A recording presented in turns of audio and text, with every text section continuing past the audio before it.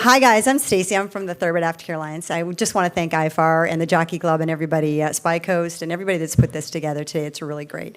We're going to have a really fun panel here today. You're going to meet some really interesting people with some great programs that work with thoroughbreds in their community with their horses and with people that need them. And it's kind of a unique thing. We've really known that the thoroughbred's good for us ever since we've been around them, but it's really great to see in a larger community aspect on the horses and how good they are. So Connections with Thoroughbred is the name of our panel today. We're exploring the thoroughbred has served as a powerful bridge to communication through healing, recovery, therapy, purpose, and family. Our panelists represent 4 unique groups using thoroughbreds as a tool for transformation. I'll introduce all of them, after we watch this short video. So let's get to that, and we'll play the video, and you can see them all in this video that we're playing today and a couple others.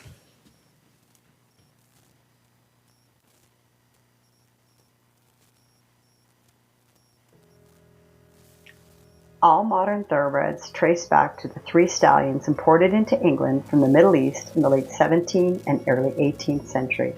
The Barley Turk, the Darley Arabian, and the Godolphin Arabian were the beginning of a well-documented and an intentional equus. Bred for racing, thoroughbreds are known for their speed, intelligence, and stamina. But in recent years, they've proven to be just as remarkable in the world of therapeutic riding and emotional support.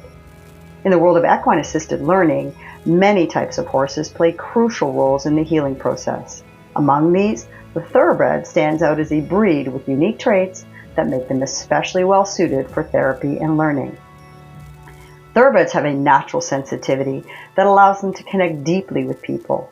Their ability to pick up on the emotions of others makes them perfect for working with individuals facing physical, emotional, and mental challenges. What sets thoroughbreds apart in therapy is their intelligence and attentiveness. They are often very responsive to people's cues, whether it's through subtle body language or even just the way a person holds themselves. This connection helps individuals build confidence, trust, and emotional resilience. For many, the process of bonding with a thoroughbred can be transformative. Through the simple acts of riding, grooming, or simply working around the thoroughbred, individuals with autism, PTS, addiction, anxiety, and physical disabilities can experience a newfound sense of empowerment. The rhythmic motion of riding helps improve motor skills and balance, while the close, tactical interaction with the horse can calm anxiety and foster a sense of stability. And the trust between rider and thoroughbred offers emotional healing that goes far beyond the physical. But it isn't just riding thoroughbreds that helps in the process of healing and learning. Simply working with thoroughbreds has proven to be beneficial to creating a viable community that can foster new beginnings and second chances on a healthy, balanced life for those who are lucky enough to work with them. Thoroughbreds' natural drive and sensitivity encourages individuals to step outside their comfort zones, setting the stage for growth and emotional breakthroughs. Their steady, responsive nature offers both challenge and support, a balance that fosters progress. At the heart of equine-assisted learning, thoroughbreds offer more than just a means of transportation. They provide companionship, encouragement, and a path towards healing. For those who work with them, these horses are not just animals, they are partners in the journey towards recovery. In the hands of a skilled therapist and with the willing spirit of a thoroughbred, individuals can experience true transformation, moving beyond their struggles and into a place of strength, healing, and hope.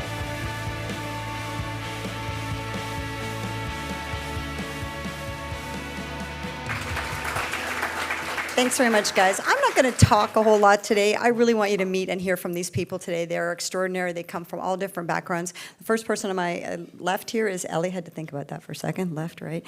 And then we have Frank Taylor from Stable Recovery. We have Dan McKenna from Down the Stretch Ranch. And we have Nikki Purdom from the Corrections Facility at TRF from the Ocala prison program. So let's get to know them. Ellie, why don't you tell us a little bit about the program that you all have here in Kentucky and that you guys are going to go see tomorrow. Yeah, so I'm super excited that you guys get to go see what I'm about to talk about, but I am the equine manager and trainer at Central Kentucky Riding for Hope. It is a therapeutic riding center, and we also do equine assisted learning services. We are a PATH accredited facility, so We do a lot of really cool, fun things. And we've got 7 thoroughbreds. Ellie's really quiet. The young lady in the pink was from their program today when you saw her getting on the horse. And Ellie, one thing you said to me when we were talking before this was, taking that thoroughbred up beside the wheelchair ramp. How does that work for a thoroughbred in your mind?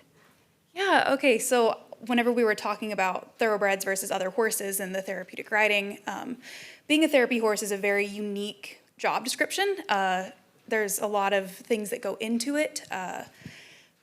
So there's a lot of training, and it's very unique that, you don't want them super sensitive to a rider's legs sometimes, and that is anti what everybody has always trained their horses for, and all of these things. But one of the equipment pieces that we use is a wheelchair lift.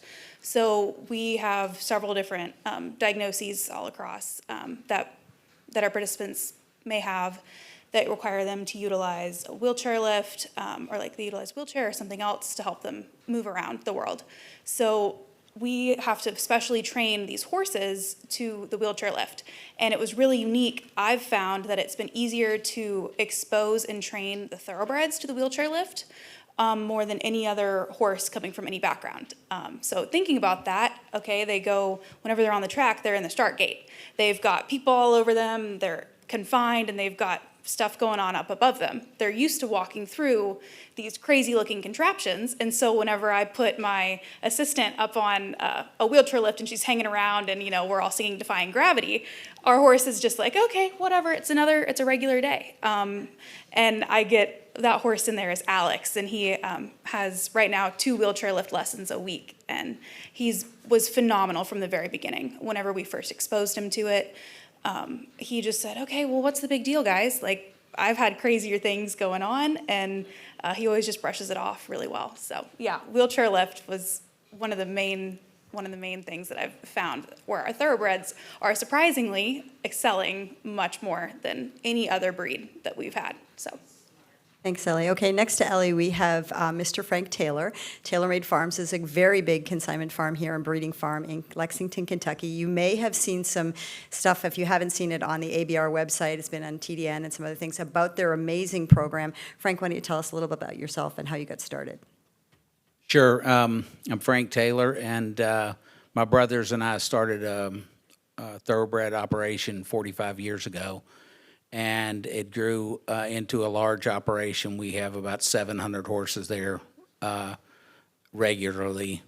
And we're always short on labor for actually decades. And that was kind of my driving motivation to find help. And I went to a restaurant here in town that were working people only in recovery. And the guy's name was Rob Perez, and I said, do you think it'll work in the horse business? He said, I think it'll work way better in the horse business because you've got a therapeutic animal, you've got a lot of physical labor, you got beautiful environment, and he said it's just a perfect spot to help people get sober and stay sober. So about 6 years ago, that's when that happened. I had that conversation. Then I talked to my brothers and talked them in to give me a 90-day trial to try this. They were a little concerned about bringing in a bunch of heroin addicts and felons and stuff like that. But they said no. They didn't say no. They said hell no. But I said, let's just say yes for 90 days. And I said, if anything goes wrong in those 90 days, I'll shut it down. Or even if you perceive there's something wrong, I'll shut it down. I'll never mention it again. Well, now we're 5 years down the road. We've graduated 110 men now, a few women. And we're fully staffed and overstaffed at TaylorMade. We've now got 25 strategic partners in the industry because we can't hire many of the people because we're fully staffed. So we're sending them to a lot of the big farms in Kentucky, and they're all willing to provide jobs and help these guys with their futures. And we're not, we say we're not trying to get people sober. We're trying to get people sober and successful for the long run. And we've had some crazy success of guys that were totally written off by society. We got one guy that's training 50 horses now, very successful, Will Walden. I've got a manager working for me that never touched a horse 6 years ago, and he's managing 250 horses and 25 employees. I got another one just below that. So this has been an amazing thing that happens, and I think it's only just beginning. I really believe that the horse is the most therapeutic animal in the world, and I think we have a huge opportunity in America and around the world to get horses trained and exposed to people that are in prison, that are have mental institutions, people that autistic, and all these rehab places all over the country. I just think that, there's needs for horses to retire, and you can fill a few spots with hunters, jumpers, riding horses, and this and that, but all those horses have to be have certain physical abilities and to be able to reach certain requirements. But for the healing part and the therapeutic part, the horse doesn't need much. All he really needs to be is to be there, to be loved on and cared for, and provide healing. It's just amazing what I see on a daily basis with guys that come in there that are borderline suicidal, lost everything they've had in life. They absolutely hate themselves, and you get them up there in that barn and put them with that horse for a few days, and a light comes on. And it's miraculous what's happening. So I think that there's a huge opportunity for us to place a lot of horses in therapeutic positions. Thanks very much, Frank. I totally agree. Yeah, we're doing great stuff.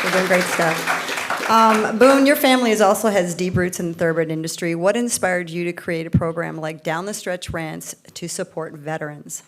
Well, kind of selfish reasons to start with. My parents were getting old, and I wanted to get out of California and go home.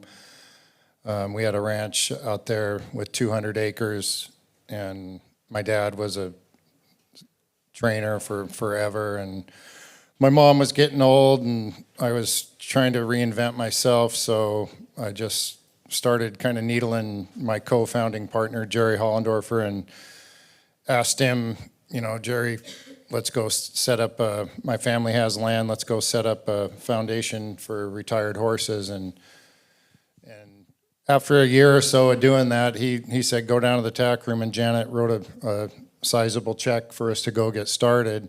And then as far as the veteran side of it, my cousin Mark was came home from war in the late 70s missing a leg, and he went to work for my dad down at our barn, and I was probably 8 or 9. And my dad made a homemade turbulator for him, and then he had one for the horse he had, and Mark just would always tell me, he goes, those horses saved my life. I was in a real dark spot. And so even paddocking the horses, he would, the paddock was like probably half a mile from our barn, and Mark had so much pride in his horses that he wouldn't let anybody else paddock him. Well, his prosthetic leg was the size of one of those fence posts out there back in that day, and half the time he'd be taking the horse to the paddock and his foot would be facing backwards, but he was so tough and had so much pride. He's like, I'm paddocking the horse. And so that was my inspiration to add the veteran part of the retirement. And so when I came home, Mark kind of dealt with the combat vets, and we're pretty much strictly combat vets that we deal with. And so Mark would deal with them, but he passed away in 2018. And so I keep that up in his honor. All right, thanks very much, Boone. So our next guest is Nikki Purdom. Nikki, you have no background in horses, although you're fully in it now, so tell us how you arrived there. Okay. So I am one of the ex-heroin addicts, convicted felons that Frank was alluding to. Little backstory. I didn't grow up in a horrible family or anything like that. I was actually a competitive gymnast growing up. And as most people that play sports, I got injured often and then pretty badly to where I had to stop. And this was in the era before the whole opioid crisis and things like that. So at a very young age, at about 15 years old, I was prescribed some high-potent narcotics every month for years. I could no longer participate in that sport anymore, and what happens for any human when you have no purpose and direction, and you lose that thing that keeps you alive in the morning, it's hard to keep going. My addiction progressed, and I ended up at 22 years old, facing a hefty prison sentence. So I ended up going to prison in Lowell for 5 years. I do agree with the fact that on some level, prison should be punitive to an extent. However, I do not agree with the fact of the whole dehumanization and then, okay, go back out into the world and act like a normal human being after you've been put away and treated like an animal. So while I was at Lowell, I was moved over to a work camp. I didn't go to work with horses right away. It wasn't all gushy. I had to, work sanitation, weed eat tractor driver and things like that. But what I didn't realize at the time is all those things were preparing me for what was coming. So the last year of my sentence, they had the equine program at Lowell, and I was admitted into it. I'd never been around a horse a day in my life. Didn't know anything about them. I didn't even know people with horses where I had grown up. So it was a whole new world. To state briefly, it's not a riding program per se out there, but I was not in prison for following the rules. So we got on the horses when the teacher wasn't around. And when I got on, it was like I already kind of knew how to do it. And maybe it was just because I had been an athlete or something like that, but I knew. And when the first time that horse hit a lope, I mean, I had not felt that since I had been a gymnast or a little kid. Like, that was what I was looking for, and I was all in. I wanted to know anything and everything I could. There was a classroom. I'd grab a book, trying to figure out how to do a lead change. I don't have an instructor or anything like that, but I would just get on the horse and get on the horse. And, and so I'll speed it up so I don't take up too much time. The man that ran the program, he was a former trainer at Bridlewood and had trained, some great horses like Forbidden Apple and things like that, and John Evans, who's from Kentucky. And I told him, I said, you can get paid for riding horses? He said, yes. I said, that's what I want to do. I want to get paid to ride a horse. He said, go back to college, Mason. You're too smart. I said, no, that's what I want to do. So he's like, I'll help you. And I got out, and it wasn't like I got a job riding right away. I had a job at a restaurant. And then the opportunity came for job at a horse farm, but I didn't get to start at the top. And they said, are you willing to be a groom? Absolutely. They could have told me, we'll feed you, we can't pay you, but we'll teach you how to ride. And I would have said yes, because that's how bad I wanted it. So I started at the bottom. I worked 2 jobs. I mean, had it not been for individuals like Mr. Evans and other good people along the way, I don't know that I would have made it. And I'm so grateful to hear people like Frank Taylor and all these initiatives that are coming up, because it is so hard. The odds are stacked against you. Even if you don't have a drug addiction or something like that, life's tough. It's hard. It's not always easy. And so I'm just really grateful to be here and a part of this. I'm sorry. Oh, it's great, Nikki. It's great. It's awesome. Thank you. It doesn't have to stay here today. If you've got, Nikki will be here tonight. If you've got questions, and her contact information, of course, is available. She is an inspiration. I've known Nikki for a few years now, and really adore hanging out with her. Okay, Boone, we're going to come back to you. So, Boone, what is it about, you're a thoroughbred guy, so what is it about the thoroughbred that makes them such an effective partner for veterans with PTS? It's really pretty simple. They're like the soldier. They're highly trained, highly skilled, high acting, and just like a soldier. And so the connection's instant between the horse and the guy. I had a guy who's a Marine sergeant, I won't say his name, but he was in deep trouble. And he came out to the ranch, and usually when we come out there, I get him in the four-wheeler, and we'll go have 25 horses or so out in the field, and I'll take him out there and say, okay, I'll introduce you to it. You pick a horse, and then we'll come back and watch his replay, and and then you can start brushing him and petting him, whatever. So we drive out in the field, and I put Jeff, I said his name.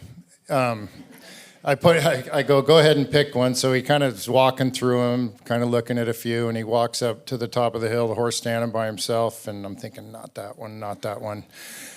And of course, the horse walks right up to him, and boom, that's his horse. And so we get back in the four-wheeler and head back to the barn to get a halter and rope, and he goes, "What's wrong?" I go, "That horse is a complete asshole." And he goes, "So am I."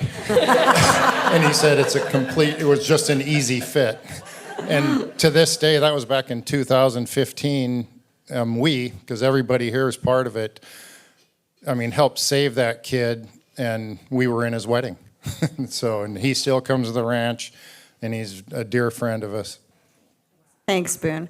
Boone's got lots of great stories. You want to get to know him. Okay, Mr. Taylor, speaking of good storytellers, let's talk a little bit about the Thoroughbred, and maybe, coming in from you've had a professional operation. What surprised you, or maybe didn't, about the Thoroughbreds connecting so well with your clients? Well, I was exposed to a horse when I was 1 or 2. I got my first pony when I was 3. So I kind of, being exposed to it all the time, I kind of took it for granted, because it was just always there. And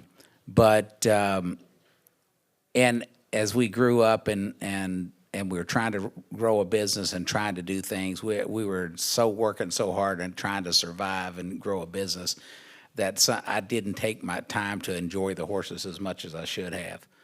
But now that I've gotten older and I've delegated a lot of my responsibilities, and I work 50% of the time at TaylorMade and 50% at the stable, I'm at a slower pace, and I get to watch what's going on, and I appreciate it more. A few months ago, maybe 5 or 6 months ago, there was a guy that came in there, and he was bad off. He was like suicidal. He was at the very, very bad case, bottom. And when people are depressed, and they'll separate themselves from the crowd, and they'll walk off and be alone. And I was just observing this guy, and I was worried about him. He wasn't doing good. And so I went over and talked to him for just a minute, and he was kind of reluctant for me to talk to him, so I didn't press it. And then I just sat back and I was watching him, and he walked up to the barn, which is about 50 yards from the house. And inevitably, these 3 mares walk up to the fence, and he walks up there and starts petting these mares on the head. And I watched him. He was up there 45 minutes to an hour. And when he came back, the look on his face compared to what it was before was like mind-blowing. It's like, man, that was something. And then after that, he got into the program and thrived and moved right up. And he was a pretty hopeless case. But that's just one of many instances where I've seen the horse really affect somebody quickly, and it doesn't take long. Yeah. Great to be able to see that. Really life-changing. Ellie, let's talk a little bit about, you guys work a lot with children and teenagers. Talk a bit about why the Thoroughbred has worked so well with these kids. Yeah, so I've mentioned the therapeutic riding, and we serve all age demographics, children, adults, but we also have a partnership with the Fayette County School District here in Lexington. So they run this is going to be confusing, they run a school called The Stables. There's an S on it, not stable recovery. And it is an adaptive school. So children that are junior high school ages that are not thriving in the regular classroom for whatever reasons, just life changes. The main reason that they've been removed from the classroom is truancy or tardiness. So, kids that just didn't draw the best hand in life. And then also just your regular kids that just aren't doing well. So we have a class that we run with them. The students come in every day. Their high school is in our building, so you guys will be able to see it tomorrow. And they'll have their English class, their math class, and they have a special class called Barn. And that is taught by one of our instructors. And she has 4 classes a day, and she teaches the kids different horse management, barn management skills, but also teaches them how to handle horses, how to groom them, and will give them that break. So it's really cool seeing the kids the first couple of weeks, August, beginning of the school year, and they are really in on themselves. They're really quiet. They're afraid of these gigantic horses. We've also got miniature ponies. Of course we do. So, they always are drawn more towards the minis that, theoretically could not hurt them. They're Go get also stepped on probably it. the worst. Yeah, oh, okay, great. You guys found the worst horse on the property. There you go, great. But so it's really cool watching them, and it's like they don't even know. Like I've now seen about 2 years of the kids coming in and they're growing and learning these horse skills. But then whenever they move up to the big thoroughbreds, it's really cool. And everybody on this panel has spoken to the sensitivity and the reactivity of thoroughbreds, and that's normally taken as a negative. Oh, the horse spooked. Okay, it's a thoroughbred. Of course, great. But that's actually, it's not always a negative. And taking that and spinning it, okay, well, the horse, our thoroughbreds will immediately pick up if you're having a bad day. And having these kids, they'll have really terrible days. And there's a couple of students that, even if they're not in their barn class period, they'll ask one of the teachers to take them outside, and they'll just go for a walk around the paddocks, and they'll go find their favorite horse and go up and pet him, and they'll have a very similar experience to what we were talking about with the mares.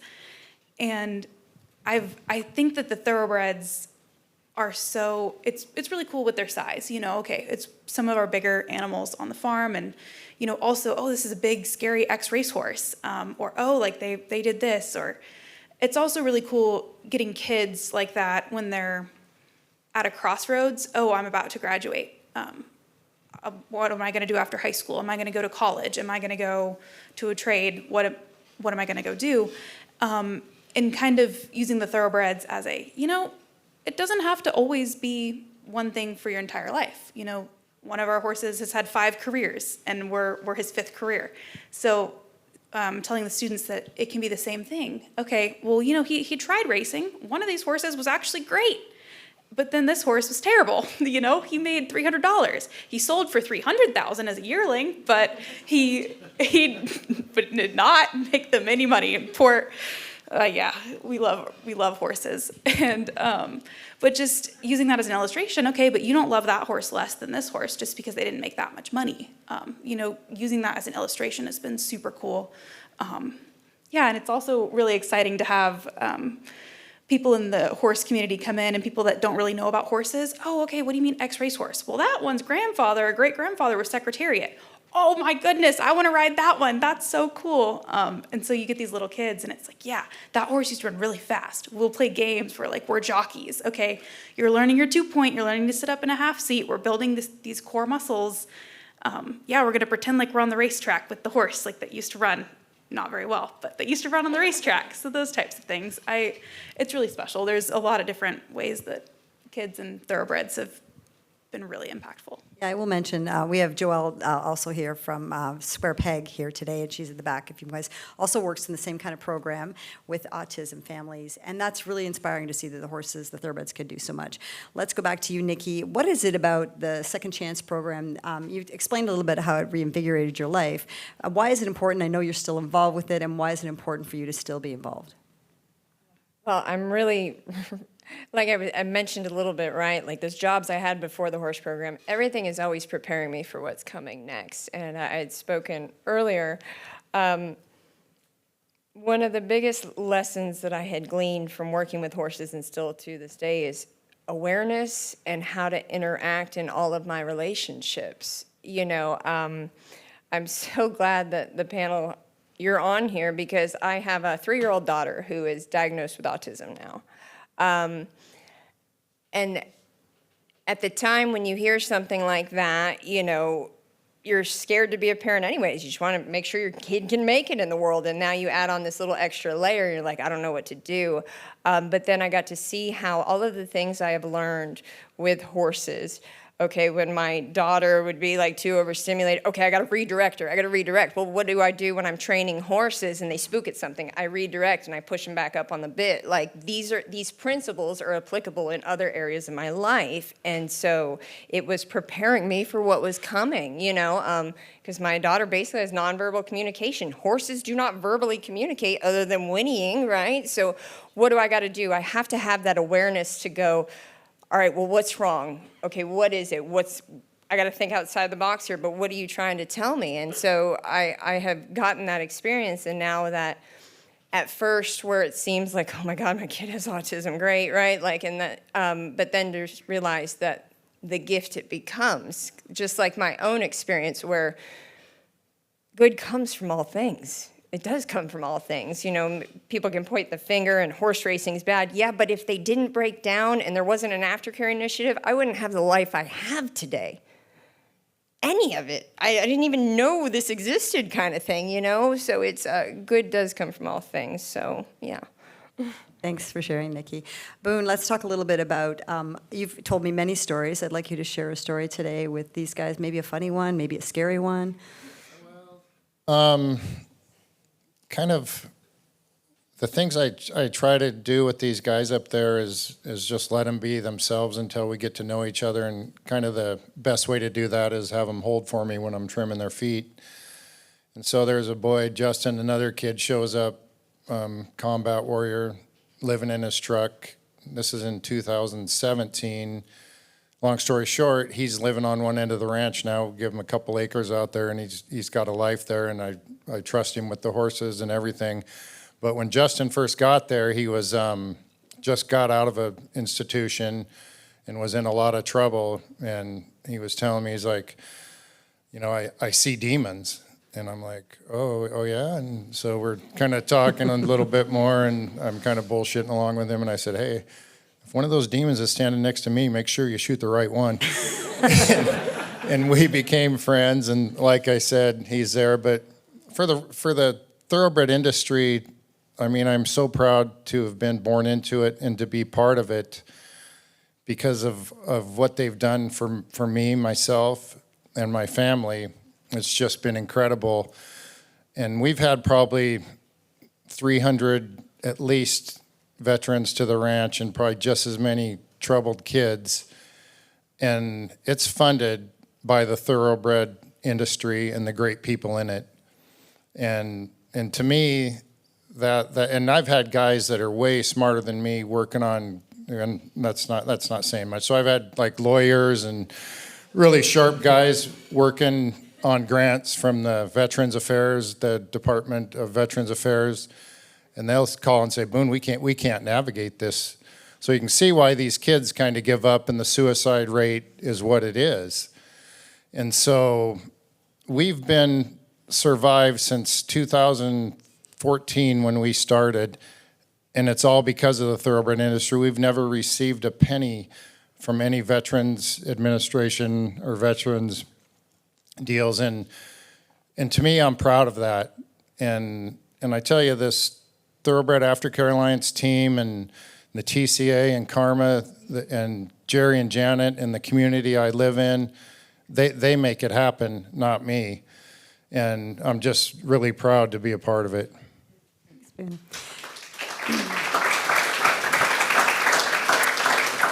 So Frank, I was out at their farm the other day, a couple weeks ago. Those videos that you can get the QR codes for were on. And my observation over a course of 3 or 4 days was overwhelming, as they are when I'm around any of you. And one keynote I noticed about your program, and maybe you can tell us, sort of like your cornerstones, maybe I'm wrong, were spirituality, the 12-step, and the horse. Can you tell us how you came up with that trifecta? Because it works. Well, I didn't come up with it. My partner in crime, Christian counselor, he's an amazing guy. He's a veteran. He went through a lot.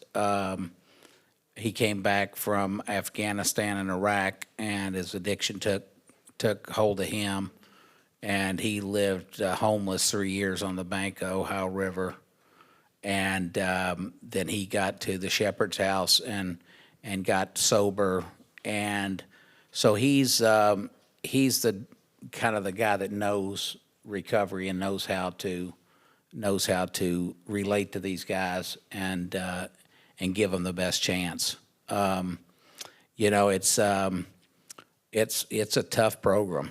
I mean, the daily routine for these guys when they come in there, they got to get up 4:30 in the morning. They got to get breakfast. They got to be in an AA meeting at 6 a.m.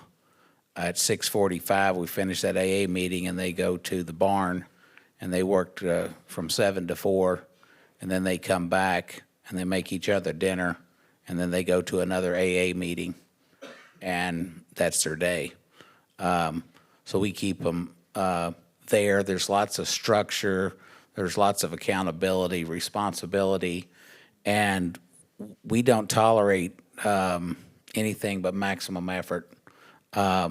Because if you don't, the mediocrity and the bad attitudes start coming in, and we won't throw anybody out on the streets, but if somebody doesn't have a good attitude and they're not trying, we'll quickly remove them and send them to another sober living, because if we keep them around, they're going to poison the guys that are there.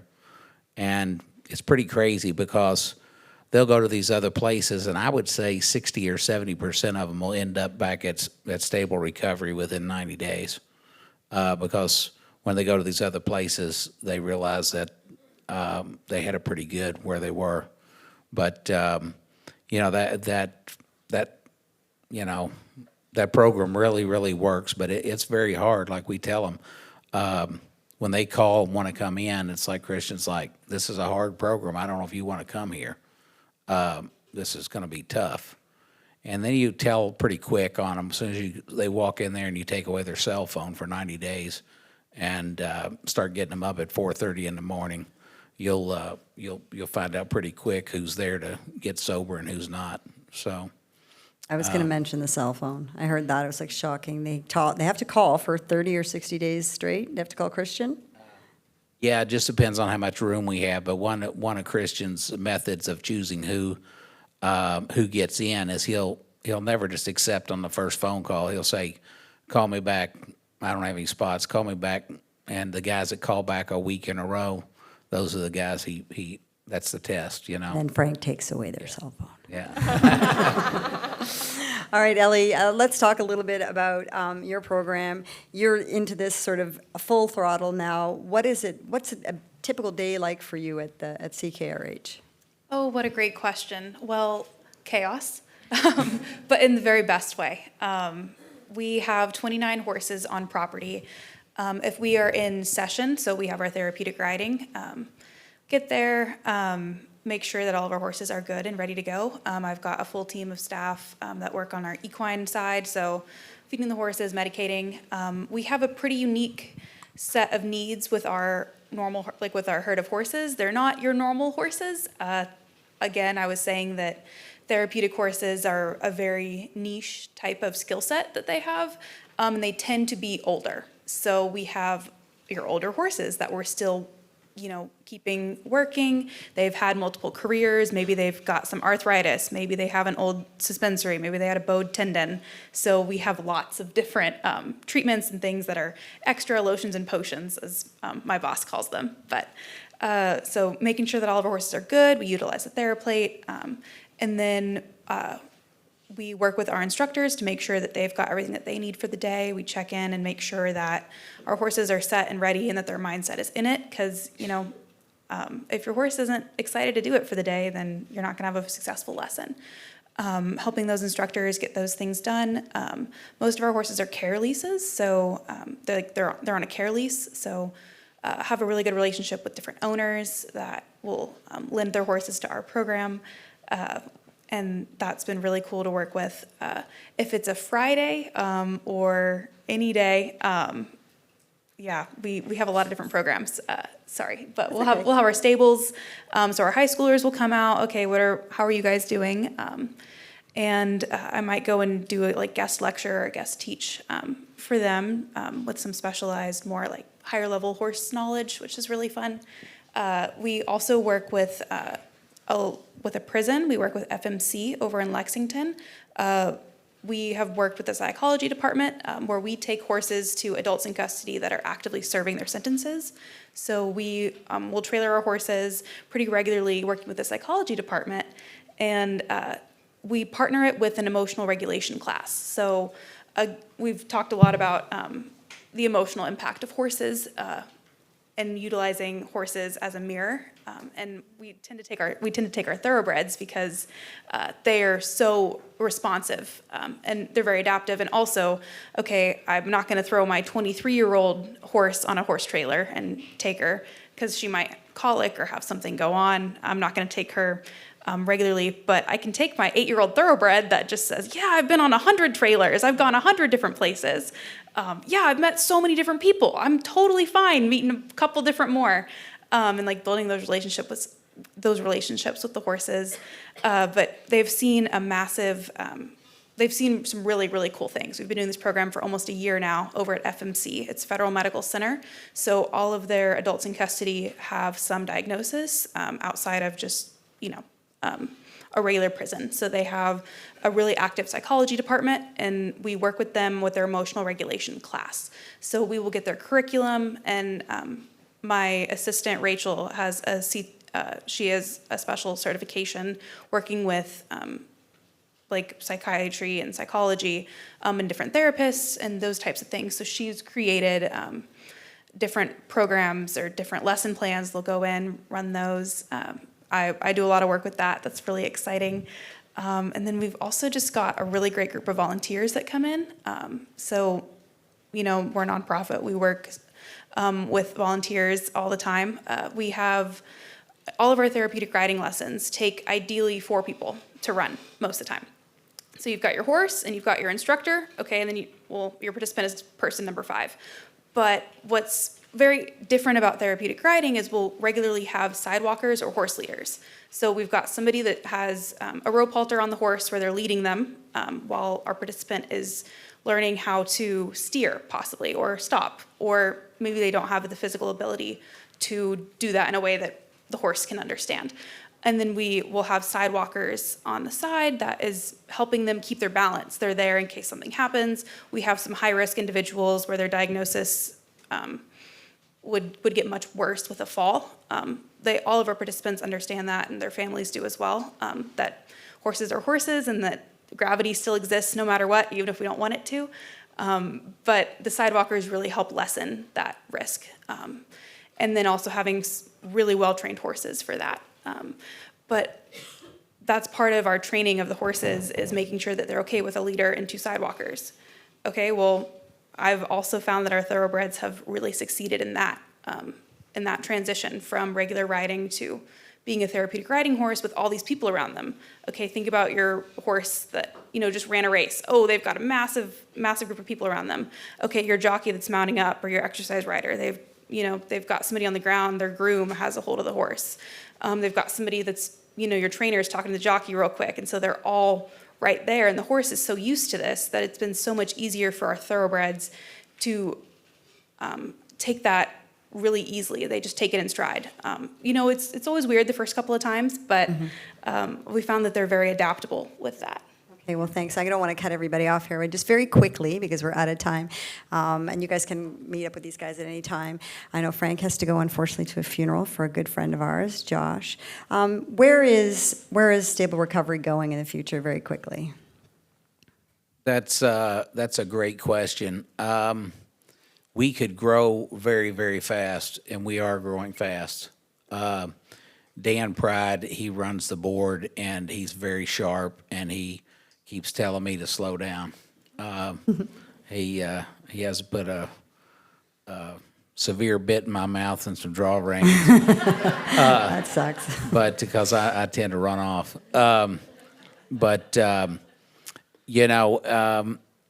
It's grown so much, it's crazy. And so what I like about what we're doing is we've really got a great board, and we've developed a great staff. Yeah. And we've applied business principles to it, and we have very good processes, and we have very good job descriptions or position agreements. Yep. So we're trying to just perfect the mousetrap So when we do go out of state or out of the country, that we really have something in place that will be successful. And we learned, me and my brothers learned at TaylorMade, one time we had a growth period where we sold up 75 one year and 200 the next year and 300 the next year. And we didn't grow our people and our processes fast enough, and we did a bad job for a little while. Right. And that's the last thing I want to do. I want to make sure that our funding's in place and is outpacing the growth of the clients. And I want to make sure that we're developing our people at a faster pace than we're bringing in clients, so that we don't have any slip-ups, and that we're dealing with people's lives, and we want to make sure we do it right all the time. Great, thanks, Frank. Okay, quickly, Boone. I would say, continuing forward, I want to keep helping change the narrative that when somebody says, oh, you run that rescue out in Creston, I'm like, no. It's a continuation of a great way of life that these horses have had since they were born, and we're just feeding into it and making sure that we continue that for them and try to help out the whole industry and get the narrative going the right direction the way it truly is. And so there's so many organizations out there that I feel are against us that have no problem stepping over their fellow man to try to squash an industry that does so much good. So I'm going to continue that, and hopefully Justin and my son will come home and take over the ranch for me down the road, and we'll just keep it rolling. We're good with between 25 and 33 horses. We have enough acreage for that where they can roam and eat grass all summer and serve a real good purpose helping people. Thanks, Boone. Okay, Nikki, quickly. For me, I'm in a real transition period in my life, being a mom, and, I can't exactly go on galloping 10 or 12 horses a day and being in a dead run, because I like to blow the turn sometimes too, right? But for me, though, I just, coming here has meant so much to me, because all the time we talk about it's a small world. It brings everything full circle, because when life comes, and it will, and it gets heavy, don't forget how far you have come, to the point where even the stories these guys have shared with, this man I met earlier, I told him I'd done 5 years in prison. I said, I'm sorry. And I'm like, well, I'm really not anymore. I was at one time, So just continuing to keep an open mind and having that awareness that everything I need is always around me. I just got to bring it back and look, because it's always there. Very well put. Well, let's give a round of applause for this amazing panel today. Thank you very much, you guys. Really appreciate it.